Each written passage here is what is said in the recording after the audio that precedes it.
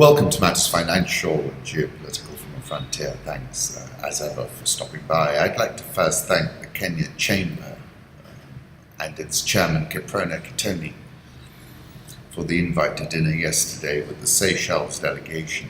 It was a pleasure to meet the Seychelles Ministers for Foreign Affairs, Tourism, and catch up with our own Foreign Minister, Amina Mohammed, and the Agricultural Secretary, William Bett. Thanks, Kip, for that. A lot of good chemistry. Interesting too. Macro thoughts, the 10 most valuable companies in the world. This is via business. Chinese tech giant Tencent enters the top 10 list of largest companies globally and becomes the only non-US listed company on that list. This is from David Inglis. Another month, big increases in US construction and manufacturing employment in March, according to ADP. ADP doesn't correlate exactly with the non-farm payrolls number, I've got to say. Home thoughts, the river is flowing. We are so excited to finally see water after months of dryness, drought, Samburu, this is the Ewaso Nero. These folks I follow are the Ewaso Lions. About a month ago there was a huge build-up of storm cloud, but I don't think it rained. I think this is the first real rain they've had. I'll put up a photograph I took of the elephants crossing that same river, the Ewaso Nero River in Samburu. And of course, it's been very dry here, and it took me back to one of my favorite words, which is Petrichor. Listen to what Petrichor is. It's the earthy scent produced when rain falls on dry soil. The word is constructed from the Greek petra, meaning stone, and ichor, the fluid that flows in the veins of the gods in Greek mythology. MIT scientists used high-speed cameras to record how the scent moves into the air. The tests involved approximately 600 experiments on 28 different surfaces, including engineered materials and soil samples. When a raindrop lands on a porous surface, air from the pores forms in bubbles which float to the surface and release aerosols. Such aerosols carry the scent as well as bacteria and viruses from the soil. Raindrops that move at a slower rate tend to produce more aerosols. This serves as an explanation for why petrichor is more common after light rains. Some scientists believe that humans appreciate the rain scent because ancestors may have relied on rainy weather for survival. The Annenberg Center is where Xi Jinping was last hosted. This is at Sunnylands, which looks tremendous, doesn't it? I like this photograph, but President Trump has turned all of that on its head and ships everybody off to Florida. Good morning from the beautiful land of the Amboseli, where Tim, the great Tusker, calls home. Isn't he grand, Tim? And then I like this tweet from Iyad al-Baghdadi. We are all basically descendants of immigrants who fled Africa in search of economic opportunity. Trump and Xi's upcoming face-to-face meeting. There's been interesting background chatter about this meeting and talk that Xi Jinping has practically written the communique that will come out after the meeting, and this was basically negotiated via the president's son-in-law, Jared Kushner. When Trump meets Xi, he is your guide to the key deal makers on both sides. Like Middle East wars, you're going to love President Trump. In the few short months since he became president, Donald Trump has made clear that his number one foreign policy priority is to demolish and destroy Islamic terrorism. Just a week after taking office, Trump visited the Pentagon to task his generals to develop a comprehensive plan to to defeat the Islamic State of Iraq and Syria, saying with a characteristic confidence, I think it's going to be very successful. In charting a new course to combat terrorism across the greater Middle East, Trump has both embraced and rejected elements of the George W. Bush and Barack Obama approaches. But he has done so in an almost perfectly dysfunctional way. He has escalated US military actions while remaining diplomatically aloof from festering conflicts and de-emphasizing non-military instruments of American power. The result so far is a kind of bizarro Goldilocks approach, not hot enough, not cold enough, just wrong. Left uncorrected, the emerging Trump doctrine will result in more war, but few sustainable gains against terrorism emanating from the world's most dangerous region, and it really has crept up on us really quickly. It's turned up the volume in Yemen, Somalia is turning it up, Syria, and the next quote is from CNN. President Trump is erasing the red line in Syria and drawing a hard line on North Korea. And I'm a bit confused by this accusation. Let me start with the idea that Assad, after receiving a public free pass from Tillerson and Sean Spicer and Nikki Haley, you will recall, would use chemical weapons is just not credible at this point. I think this is another rebel-laid chemical weapons tripfire. And I take you back to an article in the London Review of Books called The Red Line and the Rat Line, Seymour Hersh, on Obama, Erdogan, and the Syrian rebels. Obama's change of mind had its origins at Porton Down, the defence laboratory in Wiltshire.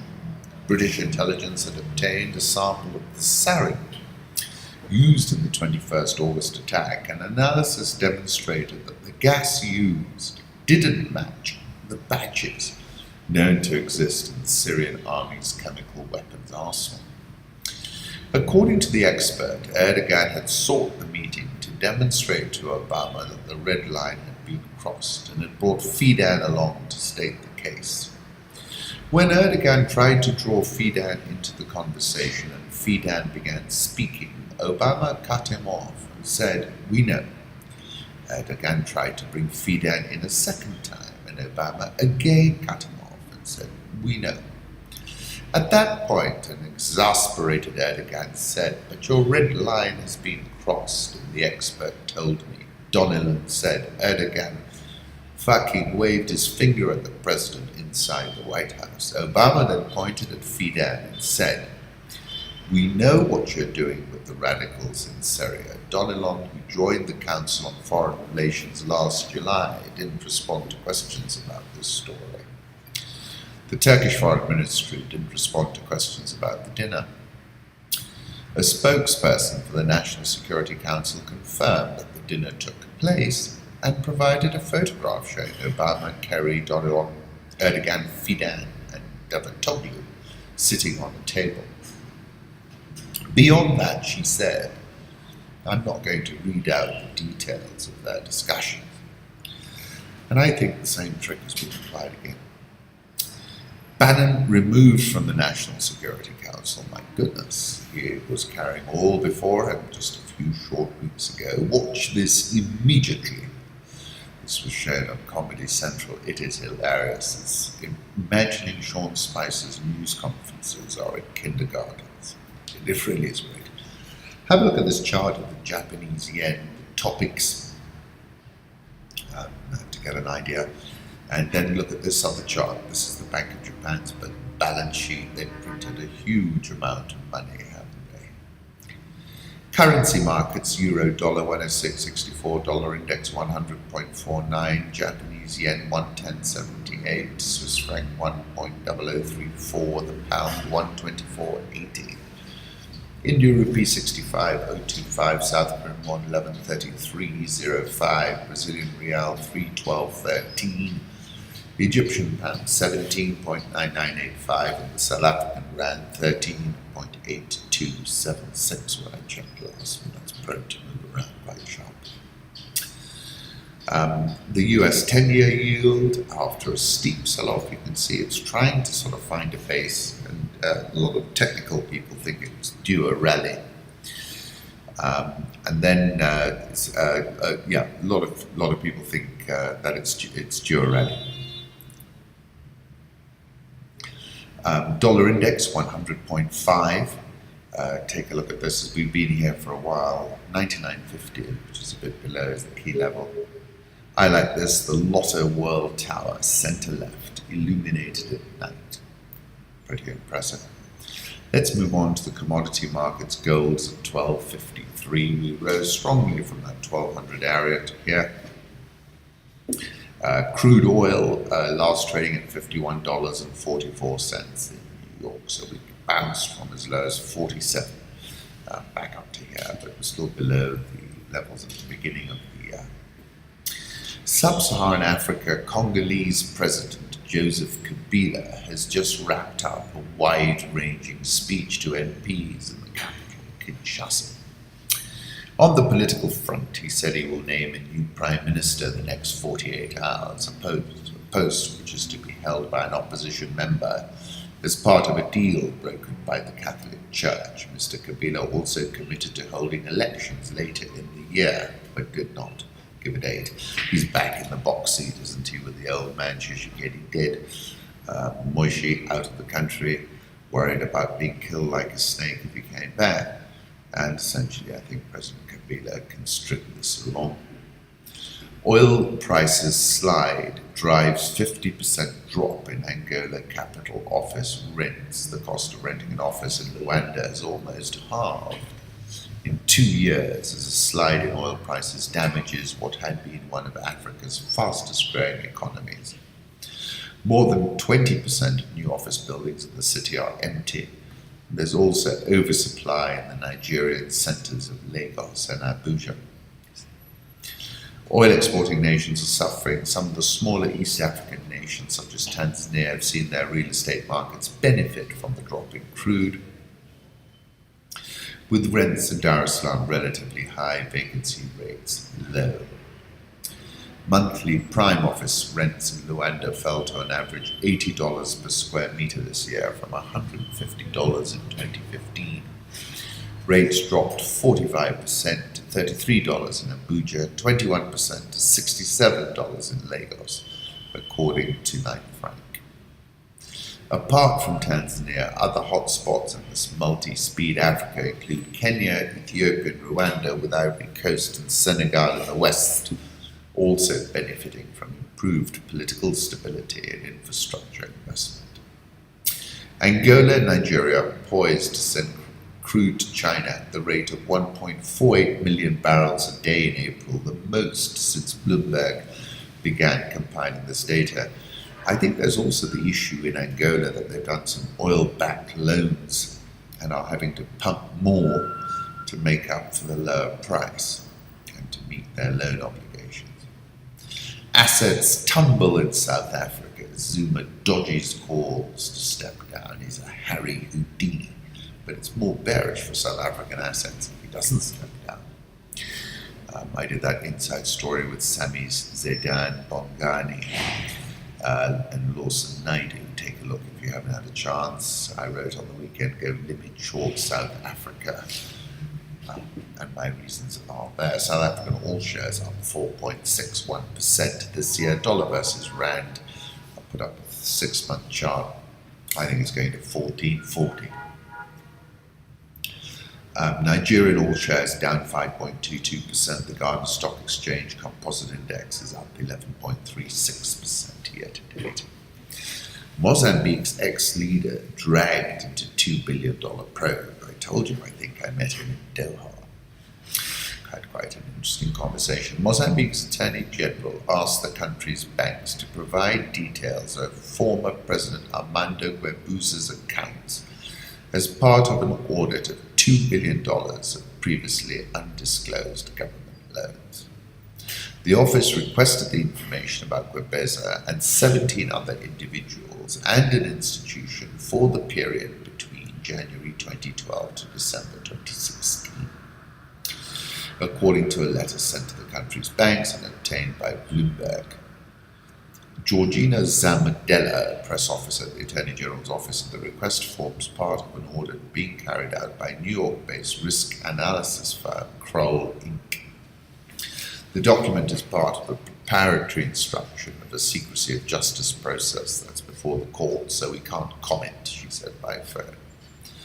Mozambique President Felipe Nyusi in January fired Gregorio Leal Jose, Director General of the State Information and Security Service, which had indirect shareholdings in the companies that contracted the hidden debt.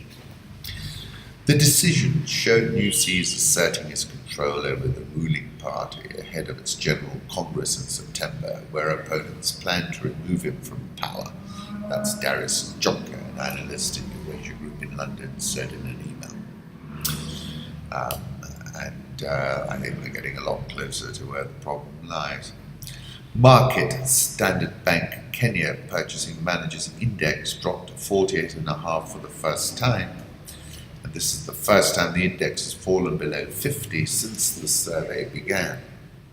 A reading above 50 indicates growth. So this is all about what I've been speaking about. The contraction in private sector credit has affected the economy.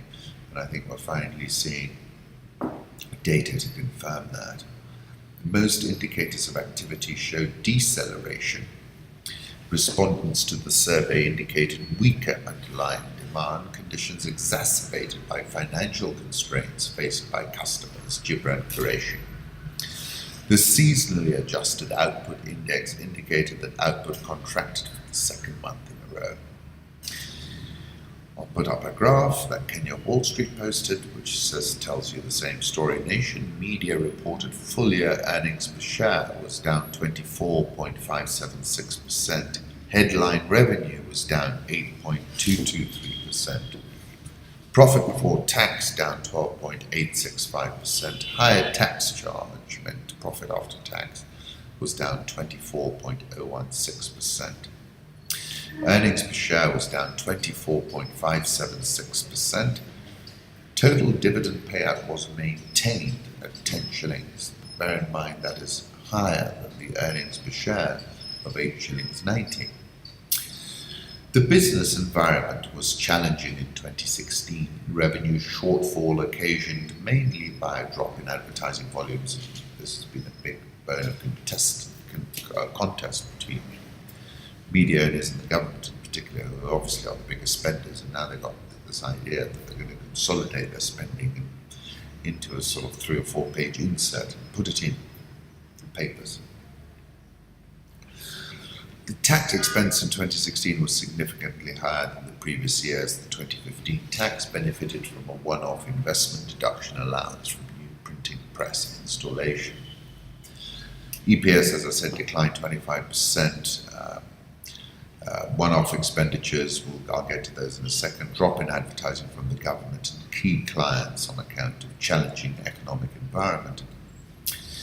Government earlier this year said they would stop advertising on commercial media and instead advertise through their newspaper, MyGov. Digital revenue was up 14% year on year, which I thought was quite low. Overall circulation down 2 to 3%. Daily Nation revenues, which is the flagship newspaper, down 6%. Business Daily up 1%. Daily Monitor down 20%. Mwananchi down 23%. NTV was stronger, plus 7%, and NTV Uganda minus 29%. Cost of sales decreased due to the improved efficiencies from the new printing press. And then one-off expenditures related to the closure of TV and radio stations was 142 million, staff reorganization 138 million.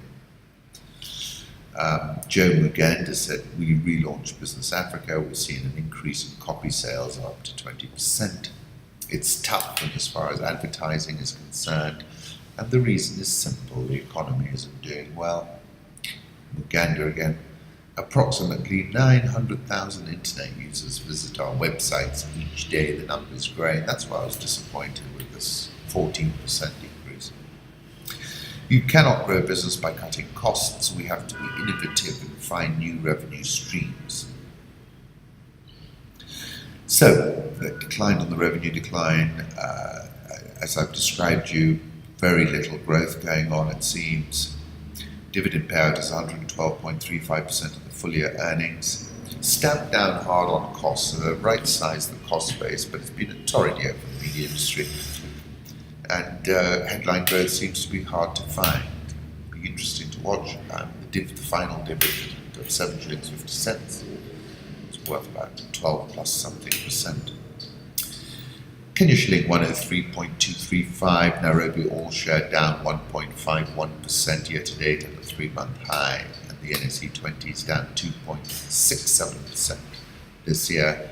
Finally, I like this very real street scene. It's called Kijabi Street. It's where the BBC are when I go for those interviews. Take a look at this photograph from Nairobi, Fowet. Once again, thank you.